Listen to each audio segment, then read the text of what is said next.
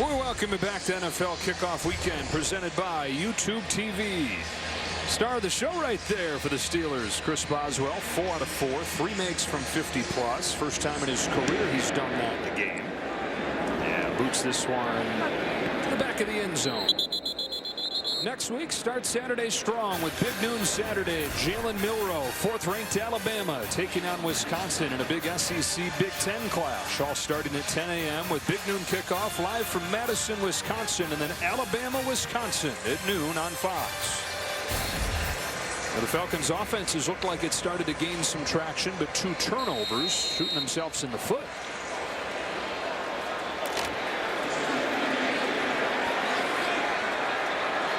Cousins in his Atlanta debut, 13 out of 18. Hands it off. Tyler Algier. And Algier with a solid first down run of 7.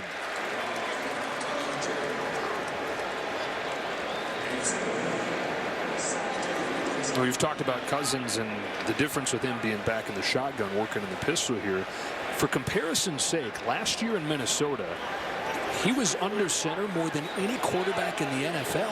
Yeah, that's why it's such an important point that we continue to kind of single out. Is this is a huge difference in play style, not only of the coordinator Zach Robinson, but of a longtime veteran at a high level in Kirk Cousins.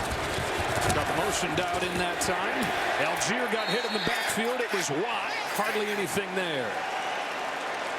Yeah, you think you don't have to block him when you run away, but guess what? He's going to pursue. They call this heel line run. He's going to flatten, and he's just going to run straight down the back of the heels of the offensive line. And once that ball doesn't get out the front side and it cuts back, it's cut back into one of the best players we've seen on the defensive side of the ball in a long time. The only guy that's ever led the NFL in sacks 3 different seasons. Only year that he didn't do it in the recent stretch. He was out injured for a lot of it.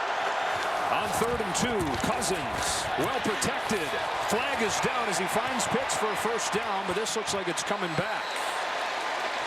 Maybe there's a reason he was so well protected there.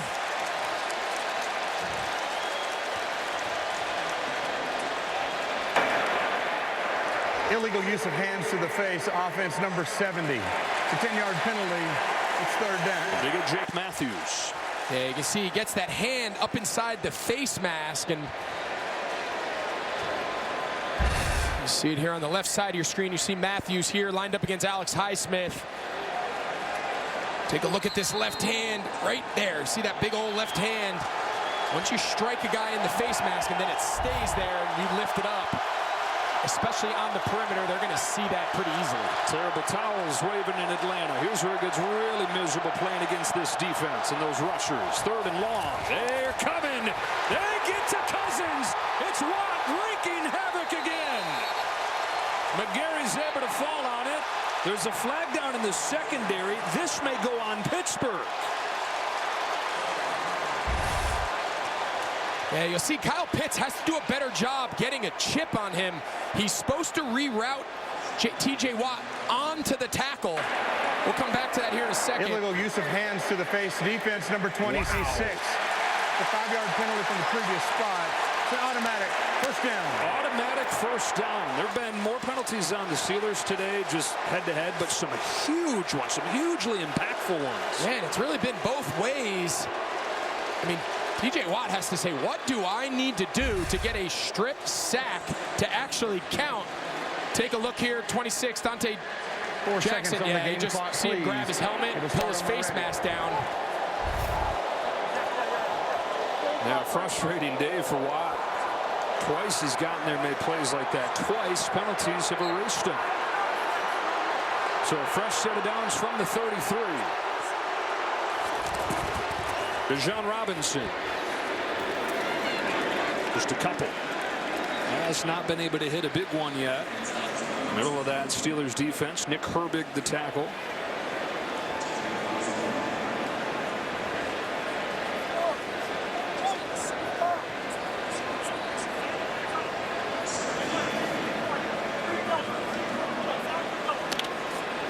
Second and 8.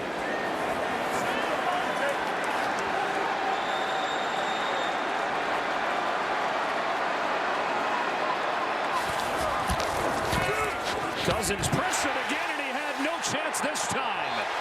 Hayward Pittsburgh was there with Montrevious Adams. And Cousins got buried.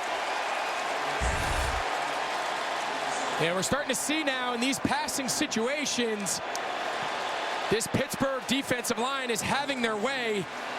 Coming into the season, Atlanta's offensive line thought they were better equipped in the run game, in the passing game, than they were in the run game, but right now their pass protection's breaking down. Got him 3rd and long again. Cousins goes underneath. Charlie Warner sheds a tackle momentarily, but can't get away from the rookie Beanie Bishop. Now that Pittsburgh defense again makes a play on 3rd down. This time no flags on the field.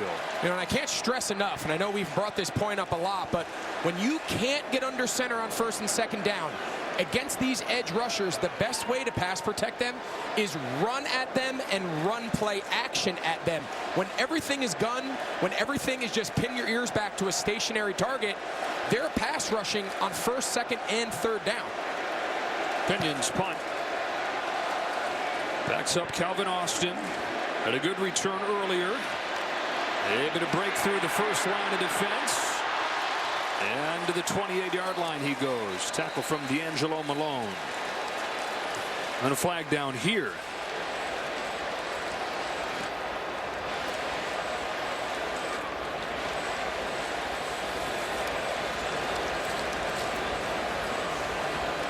Early indications of this is on Pittsburgh. No, not Pittsburgh, saying it's on Atlanta. Kicking team player number 12 voluntarily out of bounds. It's a 5-yard penalty added on to the end of the run. It's 1st down Pittsburgh. Timeout. All right, so it is on the Falcons. T.J. Watt has been all over the place. Been an emotional day. Some good, some bad. Always intense, always impactful.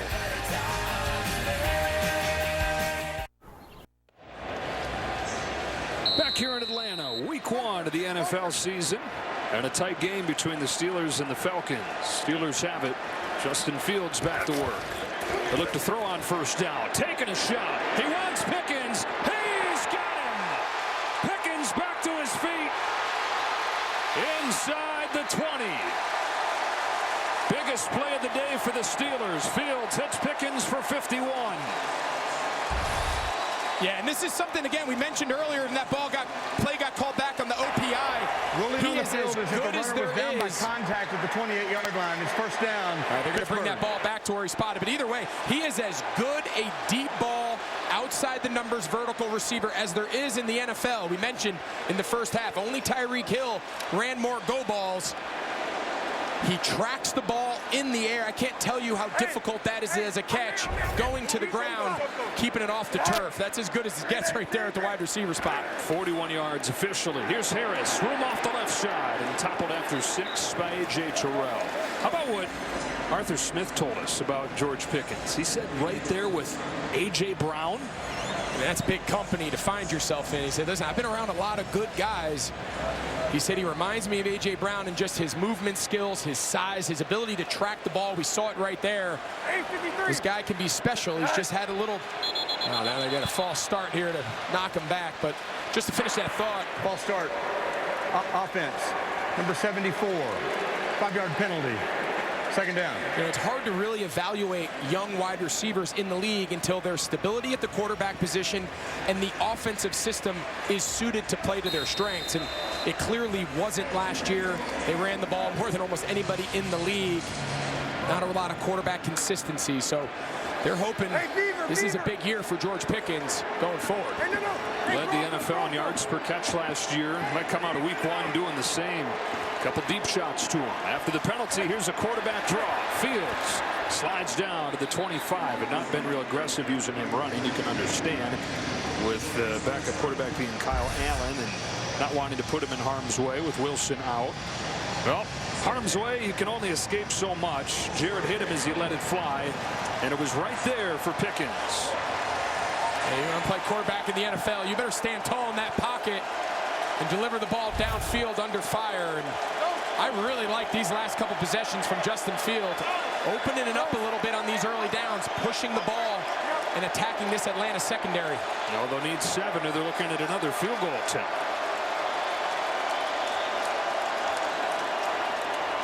Fields with the flag down. It's Michael Cole Pruitt pushed out by Troy Anderson, shy of the marker. Yeah, this is going to be an illegal motion. They weren't lined up right, and they didn't come set. So this is going to be an illegal shift, multiple men in motion, and then the last motion man who went back across the formation, Van Jefferson, he has to stop and turn that motion into a shift. Illegal shift. Offense number 11. It's a 5-yard penalty. 3rd down. 7 of the 10 penalties in this game have gone on Pittsburgh. Yeah, they got to clean this little stuff up. They broke the huddle and were lined up in the wrong formation, and then you get down on the play clock and you start scrambling, and costs them a big first down pickup there on 3rd and brings up 3rd and long.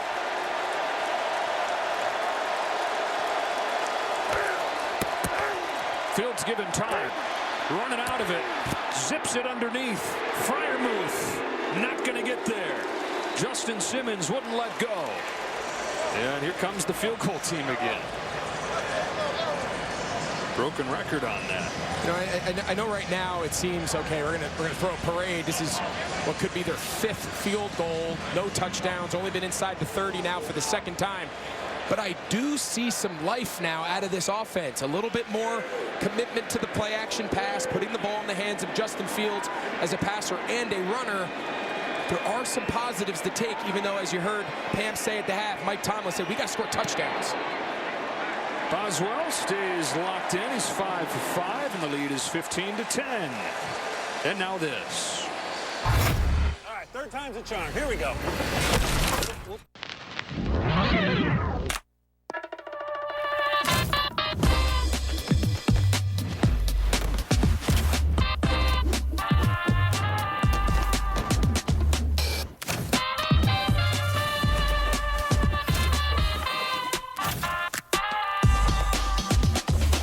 Feature-packed and pocket-sized. Get the new Samsung Galaxy Z Flip 6 on Canada's fastest 5G Plus network. Chris Ober. Hi, Chris. We're all thinking for you. We're all praying for you. Yeah, we miss you. Can't wait to see you again soon, Bob. 15-10 game. Closing seconds of this 3rd quarter. 5 field goals for the Steelers. We made too much of the new quarterbacks. They still had the same kicker, and that's all that matters. That's all that matters. Yeah. The formula hasn't changed in Pittsburgh for a long time. Play defense, don't turn the ball over, and we got shot.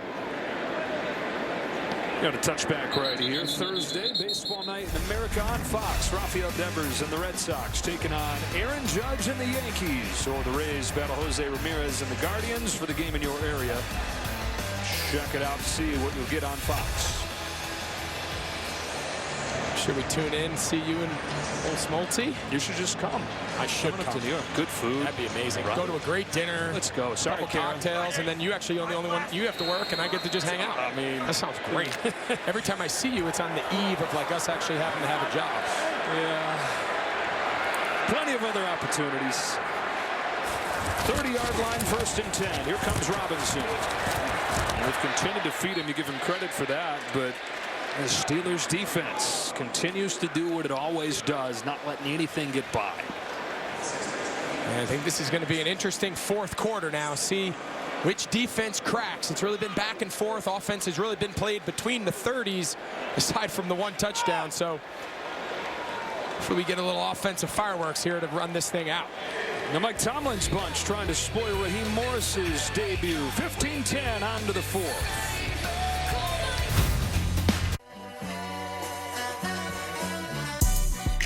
They not like us. They not like us. They not like us. They not like us. They not like us. They not like us. Back on NFL Kickoff Weekend presented by YouTube TV. Back for the 4th quarter. Kirk Cousins and the Falcons down 5. And with a 2nd and 5, they start this 4th with a run to Robinson, who's got a 1st down. Tackled by Peyton Wilson. Now his longest run of the day is 10 yards, but they continue to feed him. And actually this one may come back right here with a flag.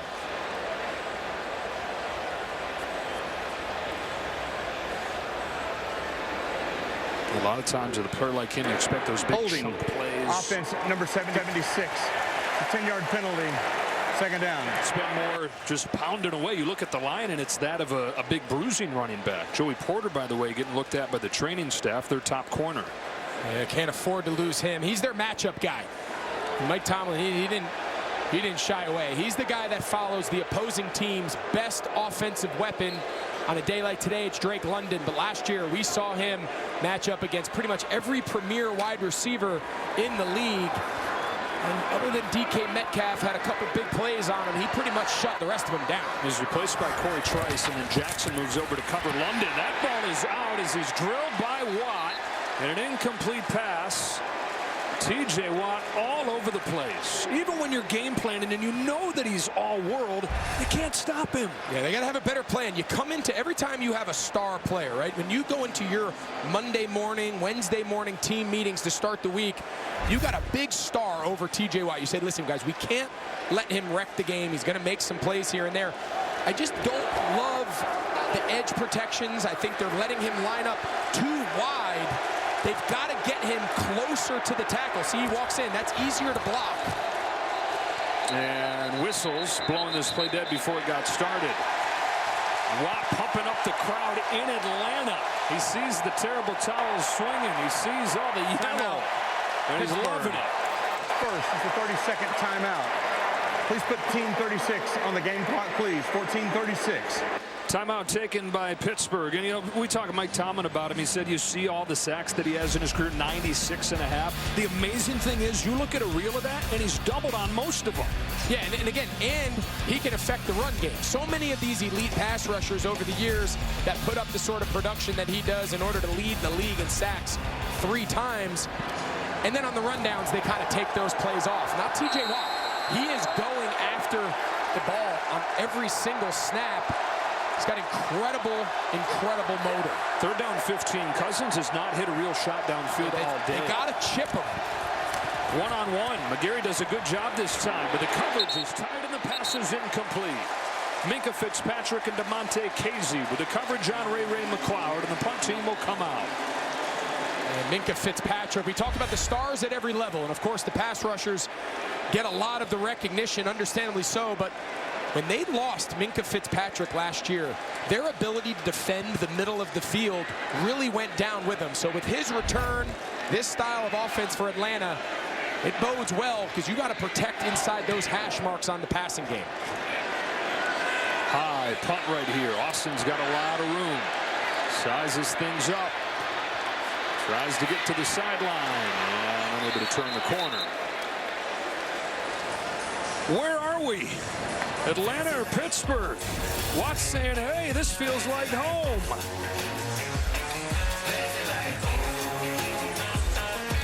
Next day on Crave. Different year, same story. That stout Pittsburgh defense giving up just 1 touchdown. And a 15-10 lead. Kirk Cousins has felt them throughout the day. He's only been sacked once, but hit time and again. Steelers back on offense. Yeah, with play action, here's Fields on the roll. He'll tuck it and run and slide his way to the 30. They give him 7 yards on 1st down. So Justin Fields making the start today with Russell Wilson out. He's really done what you figured Russell Wilson would be here to do. That is manage the game, not turn the ball over. He's 14 out of 19 and has played a tidy game. He is, and it's funny, we mentioned at the top of the show on Thursday when Russell Wilson goes down, typically the backup comes in and you got to start all over game plan. They really just plugged in plays. They share a lot of very similar characteristics as far as executing the vision of Arthur Smith. Harris, patient running, opens things up, and Najee Harris rumbles his way near midfield. Best run of the day for the former Crimson Tide star, 20 yards. Yeah, the key word, you said it, Joe, was the patience. There was a wall of Steeler offensive players blocking in front of them. For these Steeler fans, that looks a little bit like the old school days of Le'Veon Bell, where he would kind of sit behind the line and then he would break through. And one of the better gains on the ground we've seen here today. Close to midfield. It is Harris again, who had one of the best days of his football life in this stadium. Back when he was at Alabama in the SEC championship game a few years back against Florida. He had 245 yards and 5 touchdowns.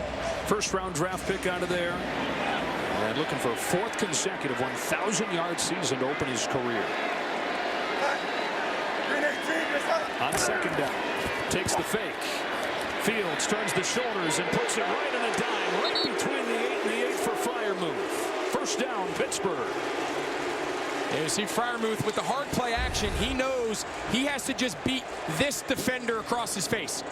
Once he gets past him, he's open in the NFL. Nice job there by Justin Fields, going to his left, getting his hips around. Delivers a ball on target. They're high on Freiermuth. He just signed a big contract extension only a day or two before the season kicked off. They need other weapons around George Pickens in the passing game.